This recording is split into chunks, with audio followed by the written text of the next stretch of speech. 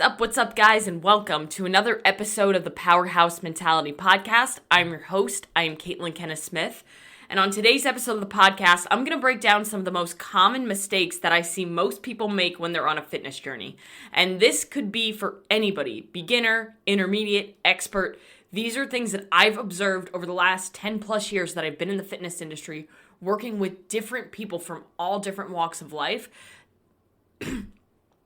And all different people experience a lot of these similar things. And when on any sort of a journey, whether it be a fitness journey or a life journey, career journey, any sort of journey, you're going to experience mistakes. You're going to fall on your face. You're going to mess up sometimes. You're going to fail. And that's okay. But it's important to recognize the mistakes so that way you can understand, okay, maybe I need to shift some things in order to learn and grow and improve my methods that I'm doing right now. So we're going to get into the episode. But before we get into the episode, I want to just give you guys a special announcement because I was fucking excited about it when I first heard about it yesterday. So I want to give you guys the news so that way you can take advantage of it if you're looking to. So yesterday, First Form brought back their summer flavors of Formula One. Now, Formula One is the fast digesting protein that I take and recommend all of my clients take after every single resistance training session. Having a fast digesting protein and a fast digesting carb after a workout is the best way to kick your body out of a broken down state and start the recovery process so you can actually earn the results that you're working so hard in the gym to achieve. I always say recovery drives results. And in the post-workout setting, that is the only time that I will preach a supplement is better than a whole food source because a supplement is going to digest at a much faster rate. So it's going to help you get into that recovery process so much faster. Now, the cool thing about the summer flavors of Formula One is that they are fruity, so they're very refreshing to have, especially now since a lot of us are living in the country where God has just dropped us into a boiling pot of hot lava. So after a hot summer training session, it's really refreshing to get in something that's a little bit more fruity than maybe having just like a chocolatey or a vanilla protein shake. So they have flavors like fruit punch, cherry limeade, key lime pie, and the one that has my heart, which is orange dreamsicle. So I ordered mine yesterday. I'm so excited to get it because it's going to be super refreshing to have after my garage workouts. But on top of the summer flavors of Formula One, they also brought back one of the best level 1 bars of all time, which is Apple Crisp, because it's around the 4th of July, so Apple Crisp kind of gives you those apple pie vibes, and there's really nothing more American than apple pie. Now, the level 1 bars are phenomenal if you're somebody who's on the go and needs a quick protein source or needs something to kill a sweet tooth when maybe getting a whole food meal isn't optimal. Again, if you're looking to take advantage of these two things, because they are limited edition flavors, so once they're gone, they're going to be gone, and people always complain, but bring them back, and, you know, if they say they're limited edition and you don't take advantage of it, that's on you, friend. Go down below in the show notes. I'll put the links so that way you guys can go right to the site, get your Formula Ones for your post-workout protein, get your Apple Crisp bars for your little sweet treat, and let's get into this episode of the podcast so that we can break down some of the most common mistakes that I see most people make when on a fitness journey. All right, now that we spoke some post-workout protein, because that's something that I'm super fucking enthusiastic about, because I literally look forward to my post-workout protein shake after every workout, because Formula One and Ignition being the carb that goes with the Formula One, is literally the best tasting protein shake you will ever have. I know that a lot of people are kind of turned off by protein powders because they've had experiences where it's like gritty, or it tastes like shit, or it doesn't mix very well, or it makes your stomach feel like a chemical lab, and that's usually an indicator that you're taking in a low quality protein powder. So Formula One is completely different. First Form just does it right, and they nail the flavors. So go ahead, check it out. And if you guys have any questions ever about any sort of supplements or anything from First Form, go ahead, shoot me a message. I'm always going to be able to help you with that. Now, I spoke about it a little bit in the beginning. The journey, whether it be a fitness journey, whatever kind of a journey you're on, is going to be filled with mistakes, mess-ups, and failures. And that's okay because that's normal and that's part of the journey. The person who is the most successful isn't the person who never fails. It's the person, in fact, that fails the most, but is able to get up the fastest. Failure, mistakes, mess-ups, all of those things are inevitable. They are part of life. So you can't choose whether or not they happen, but what you can choose, and what is always a choice, is whether or not you're going to learn and grow from those mistakes that you make. So there are going to be, let's see, 6 points that I'm going to go over today. I love how prepared I am for this podcast. I have all my notes. I just didn't know the number. But you know what? That's just how we roll here on the Powerhouse Mentality. I'm just giving you the information. It doesn't matter how long it takes me to deliver it. Now, number 1. And this one, I hate to say it, but because I'm probably going to say it multiple times throughout the podcast, this is probably the most common one that I've seen. And it's that your goals or your process is conditional, meaning that you're relying too heavily on motivation. And when something isn't perfect or conditions aren't ideal, your goals or your process or your commitment to the process becomes conditional, meaning that when you are in the right state of mind, when things are going well, you will follow the process. You're going to stick to your nutrition. You're going to stick to your workouts. Your goals are top priority. But then, when you didn't sleep very well, the kids kept you up, something's going on at work, you have a stressful project, something happened in the family, your goals take a back seat. Your nutrition goes out the window. Your workouts don't fucking happen. Your sleep becomes shit. So you have to be able to operate when things get painful, when things get hard. I talk about this a lot when it comes to my training. In fact, I had a moment today where I was in a workout and the workout became very challenging and it was just a lot of movements that weren't good for me. I felt like I couldn't really fire my muscles properly. I just didn't feel very strong. And you know what? That happens. But I didn't throw up my hands and say, you know what? Forget this. I'm just going to quit. Instead, what I did is I pushed through the discomfort and the pain. So it's not about white knuckling your way through the process, but it's more so about recognizing that, yes, this is tough. Yes, this is challenging, but I can handle it and I'm going to be able to grow and learn from this experience. So if you're somebody who finds that, hey, I'm struggling to find motivation and that's why I can't reach my goals, well, that's a problem because motivation is a feeling. Motivation is an emotion. Like happiness, like sadness. You can't expect to be happy all the time. You can't expect to be sad all the time. So you can't expect to be motivated all the time. Those who are most successful are those who take action and keep the commitments that they make to themselves regardless of whether they're motivated or not. I'm not motivated all the time. I know that sounds surprising, because for those of you who follow me on social media or know me as a person, know that I'm on top of my training. My nutrition is on point. My recovery is on point. I stay dialed in and focused on my goals.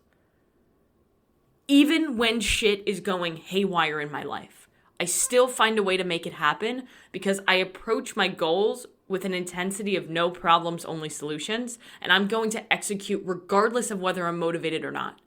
I know that it's easier said than done, and it takes time to be able to develop the discipline to make it happen. But you're never going to develop the discipline if your goals and your process are always conditional. So whether you're motivated or not, you have to be able to do the things that you say that you're going to do and keep the commitments that you make to yourself, regardless of what's going on in your life. Number 2. I bet you've done this because I've totally done this and I'm pretty sure I haven't worked with a client who hasn't done this. You focus too heavily on the scale. The scale is only one piece of data, one piece of the puzzle. And in fact, it can be a piece of the puzzle that varies so much for so many different things, and the scale's going to go up, the scale's going to go down, the scale's going to stay the same. And it can go up and it can go down for reasons that are unrelated to fat loss.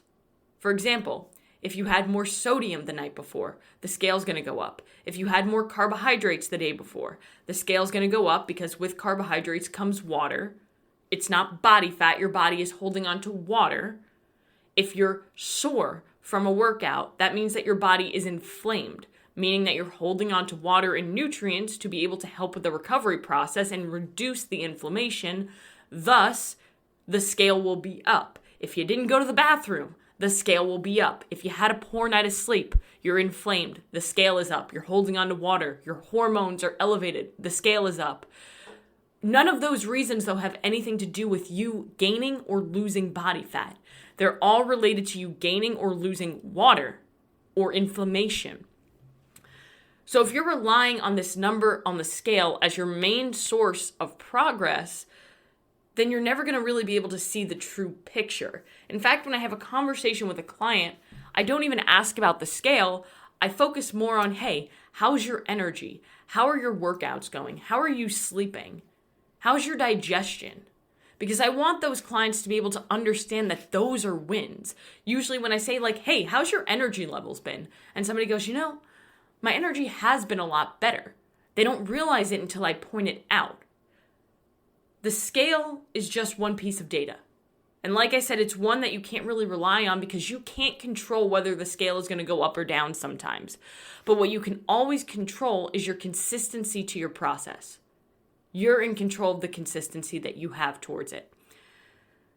So many people have the idea that they need to be smaller instead of stronger. When in all reality, if you focus on getting stronger instead of being smaller, you're probably going to see the results that you want and achieve the body that you want.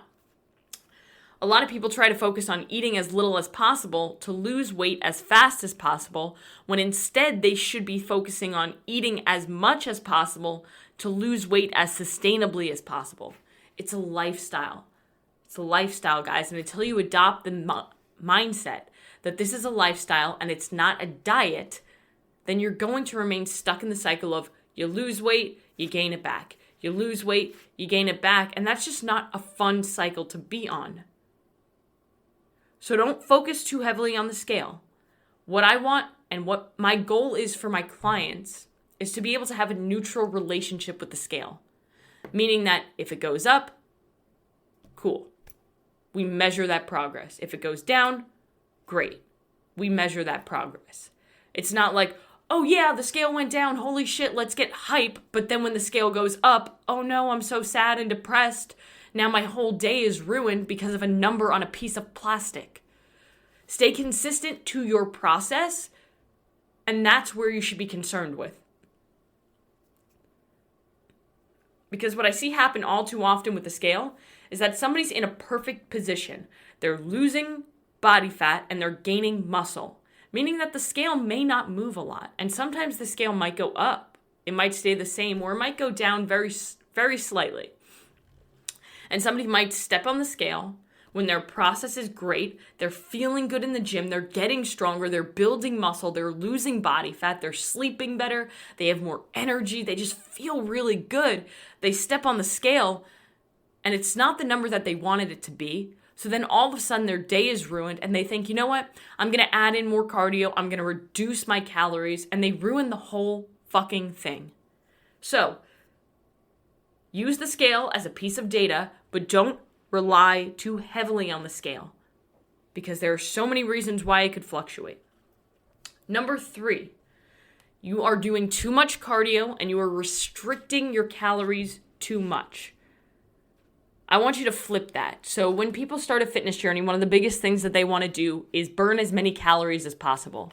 So when you think of burning as many calories as possible, the activity that comes to mind is generally cardio, running, biking, elliptical, Stairmaster. And while all those things will burn calories, your body will quickly adapt to the stress that you're putting on it through cardio.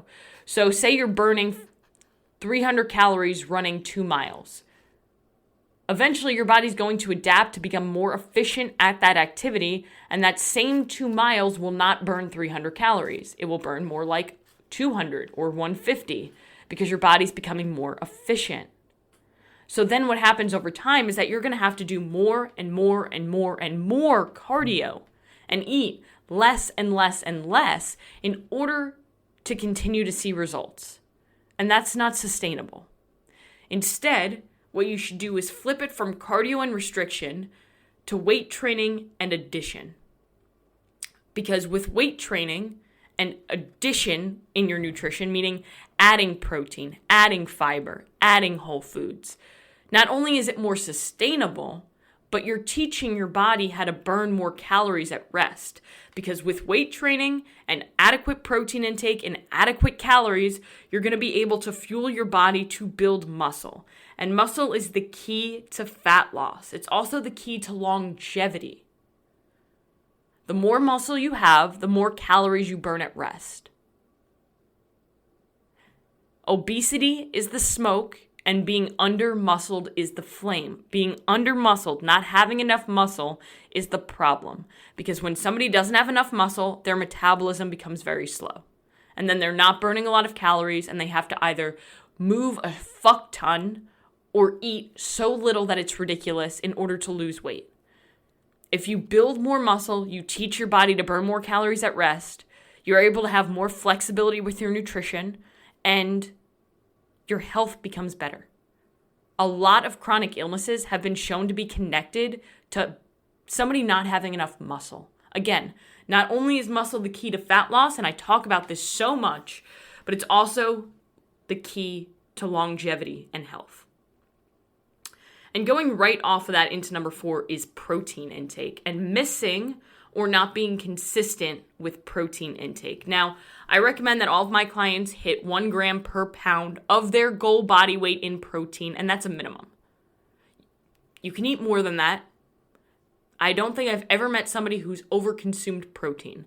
In fact, they've done so many studies where people are eating 5 times their body weight in protein, and they don't see any negative effects to it. That's just extremely satiating. Good luck doing it. And most people, if they're eating 5 times their body weight in protein, probably would have really terrible digestion. So think about it like this. 1 gram per pound of your goal body weight in protein. If you're not really sure what your goal body weight is, then aim for 1 gram per pound of your current body weight. There are a lot of studies that show when calories remain the same, the high protein group builds more muscle and loses more body fat. It's very, very prominent in research. So if you're somebody who's looking to lose body fat, who feels like they're stuck, and you're counting your calories, you're training hard, you're sleeping, you're doing all the things, check how consistent you are with your protein goal. Because this is the biggest thing that I see most people miss on when it comes to their nutrition. It's just hitting their protein goal very inconsistently, meaning like maybe a day or 2 during the week they're hitting it, but then they don't hit it at all throughout the rest of the week. Or they're just not aware of how little protein they eat. Because a lot of us, if we don't actually try to hit our protein goal, we're probably undershooting it significantly. And this is where having a protein powder, high quality whey protein powder, can actually help and benefit you. Because while post-workout protein, like I was talking about in the beginning, is super important to help with the recovery process, a lot of people just see magical results, and I quote magical, because they're just adding more protein into their day. If you're able to have 20 to 40 grams more protein and you're able to get it in a tasty post-workout shake, and then an hour later you have another high protein meal, you're just getting in more protein throughout your day. So it's going to help you reach your protein targets, which is going to help you maintain muscle, build muscle, and lose body fat. So if you're somebody who literally feels stuck, commit to hitting your protein goal for 30 days, and I promise you that you're going to get moving. Number 5, doing too much too fast. One thing that my coach said to me about, a year and a half ago, and it's really stuck with me, and I share it with all of my clients, and I share it with you guys, is that more isn't better, but better is better. And I listened to this podcast called Mind Pump, and I listen to it literally every single day. It's my favorite podcast, and if you don't listen to it, you should listen to it, especially if you're listening to an episode like this where you're interested in health and fitness. One of the guys on Mind Pump, Adam, he has a quote that he says all the time, and it's so incredible for this one topic. Our goal is to do as little as possible to elicit the most amount of change. And then one of the other hosts, Sal, says something along the lines of, just because you can tolerate it doesn't mean it's optimal for your results. So what a lot of people think is like, oh, well, I can handle this much volume. Right, you can handle it, but is it optimal for your results? It's also important to understand that in different seasons of your life, there are going to be different approaches to your plan. If you're under a lot of stress, work is absolutely crazy, maybe you just had a new baby or something wild is happening in your life that's adding a lot of stress outside of the gym, you have to understand that you need to be able to manage stress in order to recover properly and in order to see results. Our body responds to stress the same way, whether it's a physical stress or an emotional stress. So stress and recovery must be balanced for you to get the best results. And it's important to understand that if you're doing too much when it comes to the gym, if you're training too much and you're eating too little, that's a stressor on your body. There was a study that showed with two groups, one trained consistently for a month, and the other one had 3 weeks off, 3 weeks on and 1 full week off from the gym. They both saw very similar progress, and there was no significant loss in fitness with the reduced volume group, which just goes to show you that consistency is what matters most, and a lot of people who are consistently hitting the gym would probably benefit from taking a lower volume week or taking a little bit time off or even increasing the amount of calories that they're eating in order to reduce stress and improve recovery. So if you're somebody who is starting a fitness journey and you don't know where to start and you feel very overwhelmed and you think, you know what, I'm going to go and I'm going to hit the gym 5 days a week. I'm going to start reducing the amount of calories that I'm eating. I'm going to drink a gallon of water. I'm going to go on a 45-minute walk every day. I love your enthusiasm, but you have to really ask yourself, is that realistic? For some people, it is, absolutely. Some people can go 0 to 60 real fast and be able to sustain it. But a lot of people can't. So if you're doing 0 days a week in the gym, let's aim for 2 to 3. If you're doing 2 to 3, let's aim for 4 or 5. Or let's throw a walk in there. Or let's focus more on our nutrition and our protein intake. Or let's emphasize sleep. Focus on one thing at a time and stair-step it up. That's the best way that I see people see results. But again, everybody's different. So if you know for yourself from the past that like, hey, I do better when I just go all in, then fucking go all in. There's always a caveat to everything. There was also another study that showed reduction in volume to 1/7 of the previous volume, and the same people were able to maintain muscle. So that's like if somebody was doing 7 sets of an exercise and they reduced it down to 1 set of an exercise, they were able to still maintain muscle. Obviously, this is dependent on your training age, your level of experience, and your muscle mass. But it does show that even if you take a little bit of time off or if you reduce your volume a little bit, you may not see significant loss in fitness or muscle. Number 6, stress and sleep are not consistent and you're not recovering. You're too stressed, you're not sleeping properly. Now, chronic stress has been shown to increase inflammation, elevate cortisol, reduce testosterone, result in hormone imbalances, leading to changes in cravings, changes in hunger, changes in appetite, changes in sleep. And our body prioritizes survival over muscle building. And you being chronically stressed can actually lead to muscle breakdown since muscle is a very expensive tissue. And if you're very, very stressed, again, your body's prioritizing survival, so it's going to make sure energy is going towards the basic things, not building muscle. And again, muscle is an expensive tissue, meaning it requires a lot of energy to be able to maintain. So your body will begin to break down muscle if you're under a chronic state of stress. Now, it's important to understand that intense exercise and an extreme calorie deficit is a form of stress. And when you combine that with an already stressful life, then it's going to hinder your progress. So stress is inevitable. We need stress. Stress is part of life, but we also need to manage it. And one way that we can manage stress is recovering properly through sleep. Now, poor sleep can literally impact everything. It impacts your hormones, your cravings, it impacts your inflammation, it impacts your energy levels and your ability to focus. It impacts everything. And poor quality of sleep is absolutely something that could lead to muscle loss due to hormone changes, increased cortisol, decreased testosterone, decreased growth hormone. We recover most during sleep. So if we're not sleeping properly and the quality isn't there, then we're not going to recover. And again, it goes back to being able to manage stress. So one controlled study showed two groups, one group having restricted sleep, averaging around 5 hours, and the other group was normal sleep, which was averaging around 7.5 hours. Both groups were in a calorie deficit with the goal to lose weight. Both groups lost around the same amount of weight, but the biggest thing was that the group with restricted sleep lost 75% more muscle than the group with normal sleep. So both groups lost weight, but the group with restricted sleep lost significantly more muscle, which, remember, if you're losing muscle, you're slowing your metabolism down, which is a problem. So sleep is really important, and unfortunately, sleep is extremely underrated.